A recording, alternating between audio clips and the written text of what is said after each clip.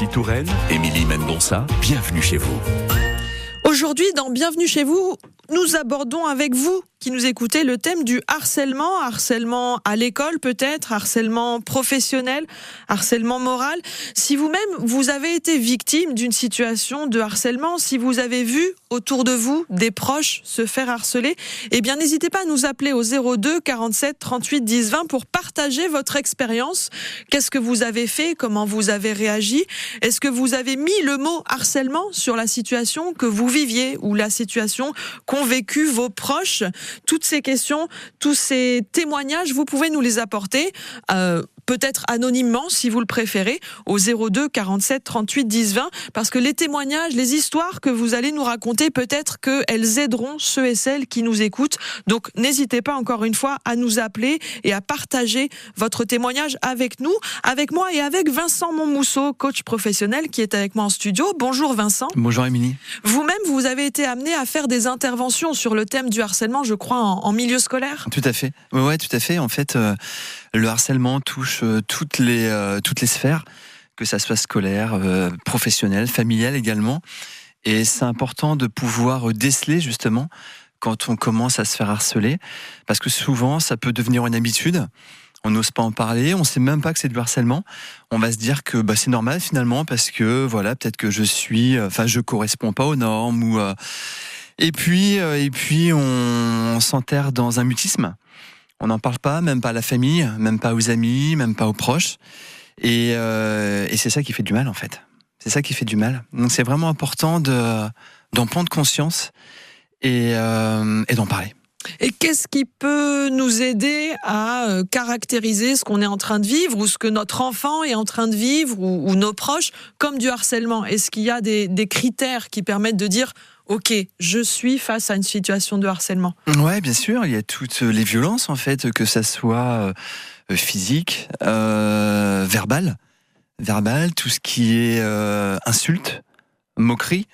Faut vraiment faire attention avec la moquerie parce que ça peut être rigolo. On peut justement pour faire rire ou parler d'une personne sur son physique, ça peut être vraiment plein de choses. Ça peut être sur un manque d'argent, par exemple. Toi, tu n'as jamais d'argent, puis on rigole et puis à force, la personne va se sentir de moins en moins bien. Quand vous dites à force, c'est le côté répétitif. C'est ça, c'est le côté répétitif, tout à fait. Qui fait que c'est du harcèlement. Exactement, c'est ça. Ça va commencer par une petite chose, par exemple, et puis la personne ne va pas réagir. Et puis cette petite chose va grandir en intensité. Ça va être de plus en plus fort. Et on s'aperçoit que plus c'est fort, et plus la personne en fait va se culpabiliser, va se dire que c'est de sa faute effectivement. Et puis elle ne va pas oser affronter les harceleurs, en parler, parce qu'il y a une honte qui s'installe aussi. On n'ose pas en parler. On n'ose pas en parler parce que finalement on se rend bien compte que ça vient de nous, alors que pas du tout. Il y a vraiment aucune culpabilité à avoir par rapport à ça. Et ça c'est important. C'est pas de notre faute si on se fait harceler, c'est pas de notre faute.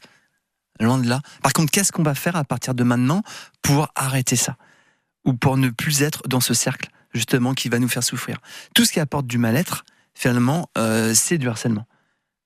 Finalement, c'est quand on se sent mal qu'on peut commencer à se poser la question de tiens, qu'est-ce qui fait que je me sens mal? Est-ce que ce sont les moqueries de mes camarades de classe, de mes collègues de travail? Il faut arriver à prendre un petit peu de distance quand même, c'est pas simple pour se dire tiens, je suis dans une situation anormale. Bien sûr, mais c'est se demander aussi si le matin on part sur son lieu de travail avec une boule au ventre, avec vraiment pas envie d'y aller, avec un moral en berne. Là, c'est important de se poser des questions. Pourquoi je me sens pas bien sur mon lieu de travail? Est-ce que c'est réellement la tâche que je fais? Et c'est rarement ça, finalement.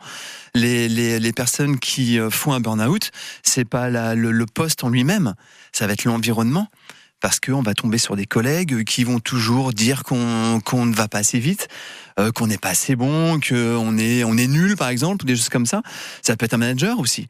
Ça peut être un DRH, je l'ai vu, où il y a des DRH qui arrivent et qui veulent asseoir leur pouvoir, finalement. Et quand on va asseoir son pouvoir, rien de tel que d'affaiblir les gens. Comme Donc, ça, si on a son manager constamment sur le dos, en train de nous critiquer, de nous demander toujours plus, ça peut être en fait une situation de harcèlement. Ah bah c'en est carrément, ouais, complètement. Et puis le soir, on va rentrer chez soi avec les larmes aux yeux, avec un sentiment de nullité. On va vraiment se dire mais je suis pas capable de le faire finalement, parce que voilà, on me dit que je suis pas assez rapide, on me dit que je suis pas assez compétent, assez compétente. Et c'est là où c'est important de se dire mais est-ce que c'est normal, et d'en parler à des personnes autour de soi. Est-ce que toi aussi, ton manager, est-ce que toi, ton conjoint, il te parle comme ça aussi, et juste avoir des repères de ce qui est normal ou pas. Et bien souvent, si on se fie à nos valeurs, on se rend compte que c'est pas normal. Personne n'a le droit de mal nous parler finalement, ou d'avoir de la violence verbale, physique envers nous-mêmes. Personne. C'est pas juste. C'est pas juste. Alors, pas juste. Si vous qui nous écoutez, vous avez été dans une situation comme celle que vient de décrire Vincent Monmousseau, dans votre parcours scolaire, dans votre parcours professionnel, si autour de vous, vous avez observé ces situations de harcèlement où on est sur votre dos constamment, où les petites moqueries à force de répétition deviennent du harcèlement, eh bien n'hésitez pas à nous appeler au 02 47 38 10 20 pour partager votre expérience, partager votre témoignage. Comment vous avez vécu tout cela? Comment vous vous en êtes sorti? Avec quels outils? Quel impact cela a eu sur votre vie personnelle, votre vie professionnelle? Partagez tout cela avec nous et je vous assure que vous allez aider tous les gens qui nous écoutent, et Vincent Monmousseau pourra aussi vous donner quelques clés pour continuer sur la bonne voie. 02 47 38 10 20, c'est le numéro à appeler pour partager vos expériences avec nous. Ici Touraine. Dès votre réveil. Actu locale, musique et bonne humeur. Aujourd'hui, dans Bienvenue chez vous, on aborde le thème du harcèlement. Le harcèlement à l'école, peut-être, pour vos enfants, vos petits-enfants, ou pour vous, à la période où vous étiez encore un écolier, un collégien, mais aussi le harcèlement professionnel dans le monde de l'entreprise, ou le harcèlement moral de la part de vos proches. N'hésitez pas à partager vos témoignages. Vous pouvez le faire anonymement si vous le souhaitez, au 02 47 38 10 20. Et Vincent Monmousseau, ça y est, j'ai réussi à écorcher votre nom, Vincent. Vincent Monmousseau et moi-même sommes en studio à votre écoute. Frédéric, vous avez sauté le pas de nous appeler pour témoigner. Bonjour Frédéric. Bonjour. Bonjour Frédéric. À tous. Voilà, c'était un petit témoignage, mais voilà, ça m'est revenu là en vous écoutant. Notre fils était dans son job. Voilà, donc il avait un collègue. Oui. Qui avait certainement plusieurs années. Lui, il était tout jeune dans l'entreprise. Je pense qu'il voulait faire valoir toute puissance. Et notre fils était très professionnel. Il le harcelait sans arrêt à son job, sans arrêt quand il travaillait avec lui. Un jour, il pouvait plus. Il avait un tournevis dans les mains. Il lui a dit, toi, il l'a regardé dans les yeux, il lui a dit, toi, je pense qu'il y avait le timbre de voix, le regard, la puissance de la parole. Il lui a dit, toi, arrête, parce que sinon je te plante. Oui, il l'a poussé à bout, votre fils. Vous savez, c'était peut-être difficile, mais c'était radical. Hein. Ça a été terminé, il s'est rendu compte qu'il y avait plus fort que lui. Oui, et votre fils... Je pense que c'est en psycho, c'est ça. Votre fils, vous avez parlé de tout ça avant que ça se produise? Comment? Votre fils, vous avez raconté tout ça avant d'arriver à l'étape du tournevis? Oui, mais on avait de très bonnes relations, voilà, donc il n'en pouvait plus, mais ça a été radical. Hein. Oui, la réaction a mis fin moi, je au harcèlement. pense l'autre, il a vu qu'il y avait plus fort que lui et que notre fils aurait été déterminé. Hein. Mmh. Et après, votre fils est resté dans cet emploi-là? Mais ça a été terminé, alors que plus jamais ça s'est reproduit. Bon, tant mieux pour votre fils. Il n'y a plus jamais de problème. Mais cette personne-là devait certainement avoir des problèmes personnels. Et voilà. Donc il voulait monter sa toute puissance, mais donc il s'est mis... voilà. Mm-hmm. Donc il a vu un jour ou l'autre, notre fils était très bien, très doux, très pro, mais il a vu qu'il y avait plus fort que lui. Il a poussé à bout. Terminé. Très bien. Merci beaucoup Frédéric d'avoir apporté ce témoignage. Au revoir. Au revoir. Le harcèlement, le harceleur, finalement, il harcèle parce que voilà, il veut prouver quelque chose aux autres. Mais comme le disait très justement Frédéric, souvent la personne qui va harceler, c'est pour asseoir un pouvoir, dire ok, c'est moi qui vais commander, donc tu es sous mes ordres, et tu vas faire ce que j'ai envie que tu fasses, et souvent en dénigrant et en dévalorisant. Et comme a fait le fils de Frédéric, alors pas forcément avec un tournevis à chaque fois, mais c'est important d'oser en parler et de déceler assez rapidement justement ces signes anormaux qui vont faire qu'on va pas se sentir bien. Ça peut être souffler, ça peut être un regard qui part en l'air, genre oh là là, mais t'es vraiment nul, ou ça va pas. Et directement demander à la personne, mais pourquoi est-ce que tu lèves les yeux ? Pourquoi est-ce que tu dis que je suis nul ? Pourquoi est-ce que tu dis que je suis pas assez rapide ? Pourquoi est-ce que tu dis que je suis pas compétent ? Pour que la personne se rende compte de ce qu'elle dit. Parce qu'il y en a, ils se rendent pas forcément compte, bien que, mais ça peut devenir une habitude. Et c'est casser cette habitude. Ça, c'est important. Et c'est pour ça qu'il faut oser. Si les personnes n'osent pas, le harceleur, va se rendre compte que cette personne, finalement, elle se laisse faire, entre guillemets. Et là, elle va appuyer encore plus son pouvoir et ça va monter à un degré supérieur. Et le harcèlement pousse à la dépression, pousse au burn-out, peut même pousser au suicide. Ça peut arriver que le harceleur ne se rende pas compte de l'effet de ses paroles, le fait de chicaner tout le temps quelqu'un, de se moquer tout le temps de quelqu'un parce qu'on trouve ça drôle, sans forcément avoir notion qu'on harcèle. Non, je pense pas. Au bout d'un moment, la personne, elle le sent. Enfin, on va sentir quand un collègue ne se sent pas bien. On va le sentir, en fait. Donc, le harceleur, il en joue. Il sait très bien, justement, que cette personne ne se sent pas bien et que là, il a du pouvoir et qu'il prend le dessus sur cette personne. Et qu'en prenant le dessus, eh bien, du coup, lui, peut-être qu'il va être bien vu. Ou elle, parce que encore une fois, ça peut être masculin ou féminin, et que du coup, c'est elle qui dirige. Cette personne, elle dirige le service, elle dirige les personnes. Il y a vraiment un enjeu de pouvoir dans le harcèlement. Si vous-même, comme Frédéric, vous avez vu vos enfants se faire harceler au collège, à l'école, peut-être dans le monde du travail, ou si vous avez été témoin de harcèlement dans votre environnement professionnel, votre environnement personnel, si vous avez souffert de harcèlement, n'hésitez pas à nous appeler au 02 47 38 10 20 pour partager votre expérience et nous raconter comment ça s'est passé et peut-être comment vous vous êtes sorti de cette situation.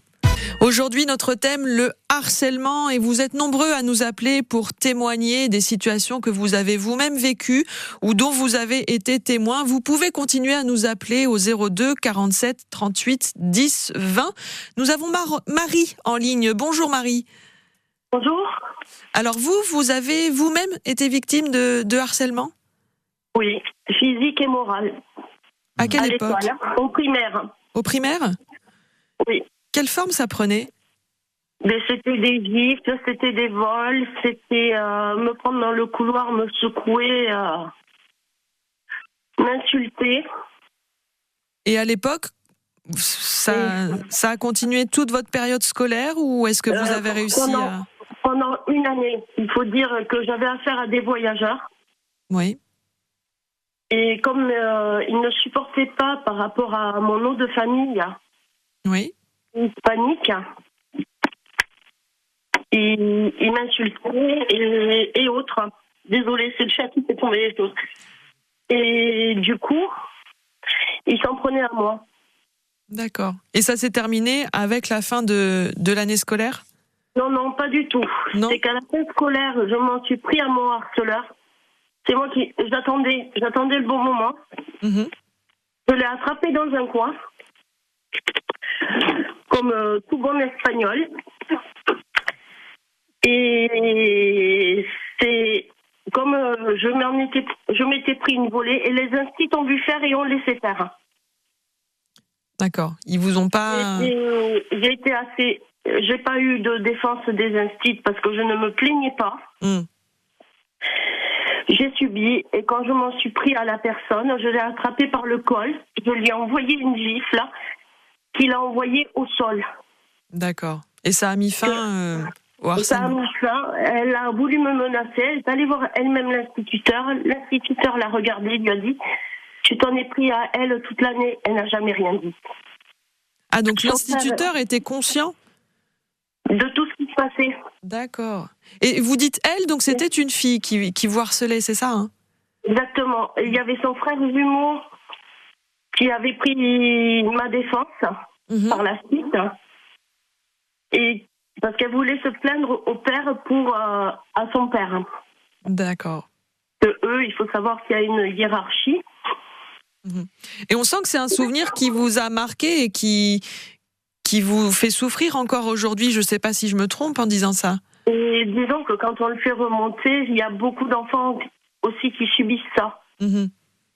Parce que moi, j'ai su me défendre. C'était son frère. Oui.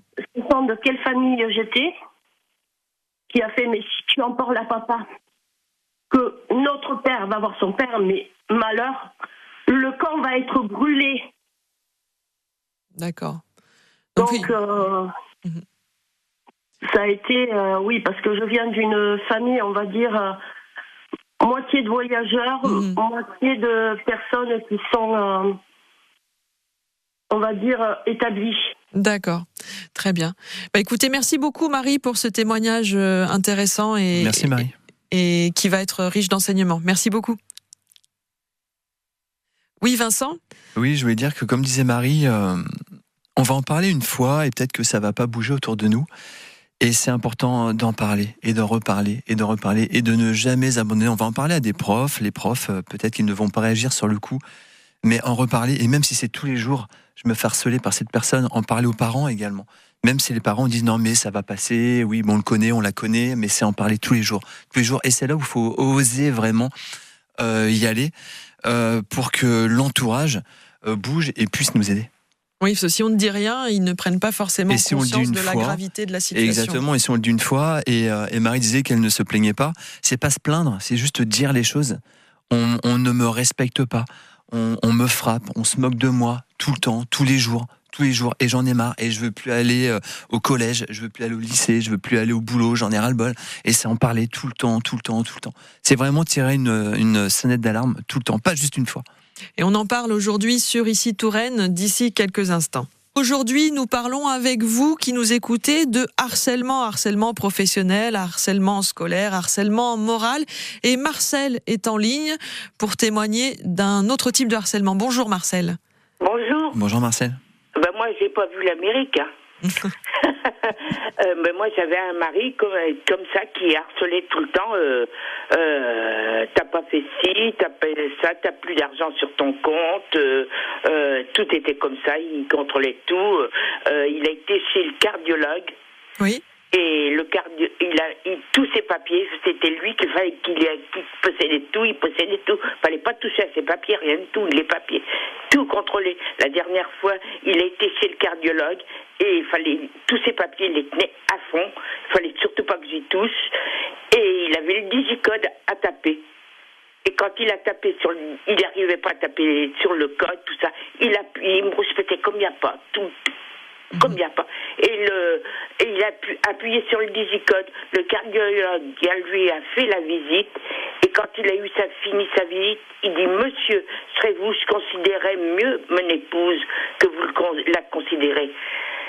Parce que vous avez besoin d'elle. » Mais tout a été comme ça. Là, moi, j'ai fini parce qu'il est rentré de l'hôpital.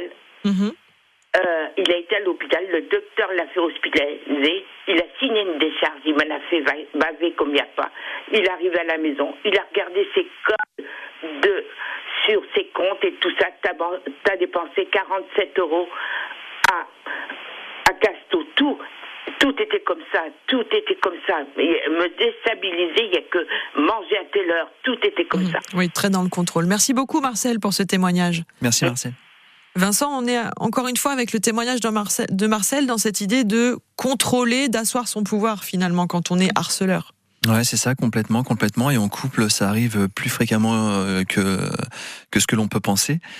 Et c'est vraiment la personne, plus on va avoir confiance en soi, et plus on va trouver que c'est pas normal. C'est pas normal qu'une personne nous dise tu as dépensé 47 €, t'as pas mis cette affaire où il fallait la mettre, ou enfin on peut le dire, mais sur le ton, tiens, pourquoi t'as dépensé 47 €, peut-être qu'on aurait pu éviter, ou des choses comme ça, mais pas directement y aller en brimade, en insulte, en moquerie, ou lever les yeux au ciel, ou se dire que tout ce que fait cette personne c'est nul finalement. Loin de là, mais ça va être à nous de réagir.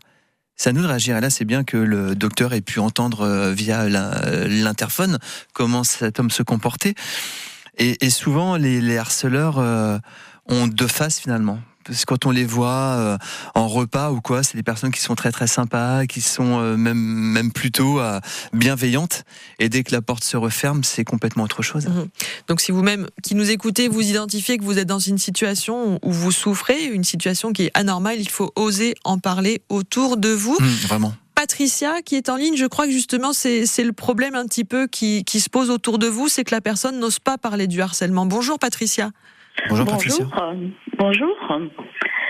Je vous appelle parce que voilà, je suis que la tante. J'ai une nièce depuis 2 ans qui reste renfermée chez elle dans la chambre. Elle était en lycée professionnel et 1 an après, je ne sais pas ce qui s'est passé, elle ne voulait plus aller à l'école. Elle fait des vertiges quand elle sort dehors, c'est la panique. Au début, elle parlait de suicide. Elle était avec une amie aussi. Cette amie, c'est pareil, c'est la même chose. Et on a essayé de lui parler, mais elle ne veut pas parler. Elle est prostrée, elle ne veut pas parler du tout. Elle parle maintenant d'aller travailler hors de Touraine. Elle veut plus rester en Touraine. Et ma sœur, elle ne veut. Enfin, je pense qu'elle est un peu dans le déni et nous, on n'est que les tantes et on voudrait faire quelque chose pour elle. Et c'est vrai que on ne sait plus quoi faire, quoi, en fin de compte. Merci Patricia. Vincent Monmousseau, vous qui êtes coach professionnel et qui êtes intervenu souvent en milieu scolaire contre le harcèlement, quels conseils on pourrait donner à Patricia pour qu'elle aide sa nièce à se sortir d'une situation qui semble complexe ? Alors c'est nouer une confiance encore plus forte avec sa nièce, lui en parler, lui envoyer des messages bienveillants assez souvent, lui dire qu'on est là. Lui dire qu'on est là et que si elle a besoin de parler, on est là. Mais c'est répéter les choses encore une fois, répéter. Peut-être qu'au début, sa nièce, elle va recevoir un message à dire non, mais personne ne peut m'aider parce que voilà, c'est comme ça.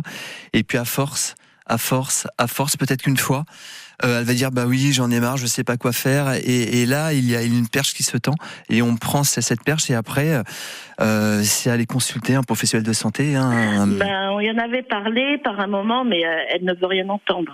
Ouais, bien sûr, pour l'instant. Ouais, pour l'instant, et c'est là où Patricia, c'est vraiment important de toujours. Je vous invite vraiment à créer une proximité avec elle via des messages, et peut-être qu'un jour, et au bout d'un moment, sinon c'est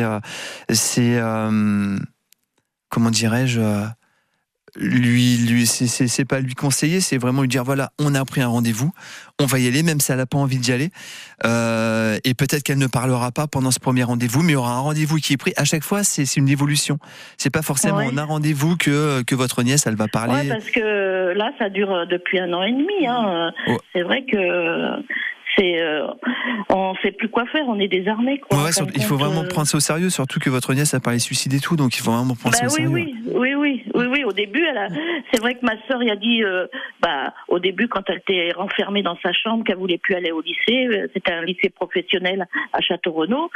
Bon, elle prenait le bus, elle était contente d'y aller, c'était pas. Puis d'un seul coup, du jour au lendemain, elle nous a fait, elle s'est évanouie dans la rue et tout, et voilà, et c'est vrai que là, on est un peu désarmés, on veut l'aider, on lui dit, écoute, tu travailles pas. Alors ma sœur lui dit, tu travailles pas, voilà. Bon, c'est vrai que ils sont à flux tendu toutes les deux. Et tout de suite, elle a parlé de suicide. Oui, si c'est comme ça, je vais me suicider, quoi. En tout cas, il faut ne pas lâcher l'affaire. En tout cas, jamais lâcher l'affaire, rester présente et l'entourer. Ouais, entourer-la, valoriser-la. Elle est bien entourée, on essaye mais c'est vrai que c'est pas évident. C'est pas évident. Merci Patricia et bon courage pour cette situation. Merci beaucoup. Au revoir. Merci beaucoup. Au revoir. Juste très très très brièvement, Vincent Monmousseau, on entendait parler de suicide, on a aussi parlé tout à l'heure de mettre un coup de poing ou réagir de manière un peu impulsive face au harcèlement. On rappelle qu'il faut peut-être pas attendre d'être à bout pour réagir. Bien sûr, la violence, que ce soit envers les autres ou envers soi-même, n'est jamais une solution. C'est pour ça que plus on va en parler en amont, avant vraiment de ne plus en pouvoir et se dire c'est moi, j'ai plus qu'une solution maintenant, c'est d'aborder une violence. C'est vraiment d'en parler, se respecter, ce qui va faire que l'on va sortir du harcèlement, c'est parce qu'on va gagner confiance en soi de plus en plus. On va se dire qu'on a des valeurs et que ce que l'on vit ne répond pas à nos valeurs et que du coup, on va faire quelque chose et on va en parler. Et comme pour Patricia et sa nièce, c'est vraiment... moi, je conseille vraiment aux gens de créer un lien via les réseaux, enfin WhatsApp ou Telegram ou peu importe, mais vraiment en parler avec les gens, ou Snapchat pour les jeunes, en parler et toujours valoriser. Mais je crois en toi, je suis sûr que tu vas t'en sortir, tu as des qualités, tiens, on pourrait se prendre un petit café, on va en parler pour que la personne harcelée puisse s'ouvrir de plus en plus et ose en parler et qu'on puisse trouver une solution, bien évidemment. Bon, croyez en vous et osez en parler autour de vous. Merci beaucoup. Vincent Monmousseau rappelle que vous êtes coach professionnel à Tours. Et pour les amoureux de la lecture, vous avez écrit le guide de la confiance en soi et de la motivation utile pour lutter contre le harcèlement.